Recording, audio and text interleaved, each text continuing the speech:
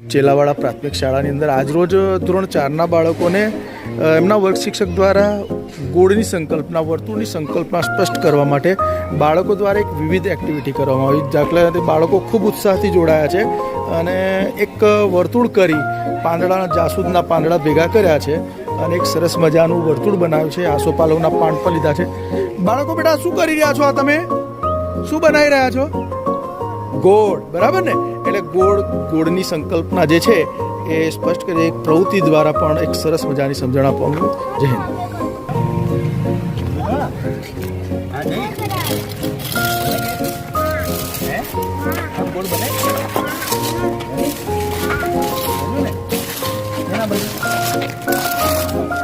ગોળ આખું ગોળ થઈ ગયું.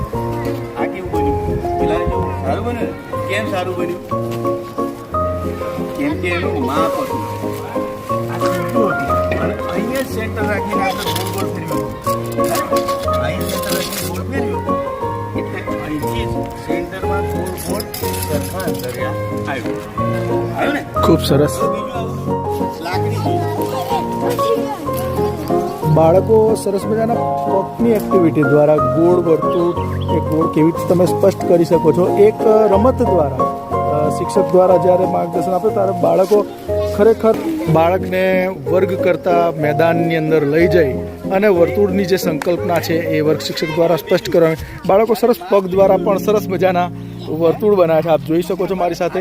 અને વિવિધ એક્ટિવિટી દ્વારા, વિવિધ 2-4 એક્ટિવિટી દ્વારા વર્ગને અંદરથી બાળકને બહાર કાઢી અને શિક્ષક દ્વારા મેદાનની અંદર વિવિધ પ્રવૃત્તિ કરી અને સરસ મજાનું જ્ઞાન આપવામાં આવી રહ્યું છે.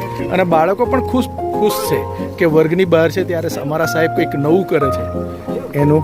અને ખરેખર આપ જોઈ શકો છો મારી સાથે સરસ મજાનું ગોળ અને ગોળ કેવી રીતે દોરવું એ સ્પષ્ટ કરે છે.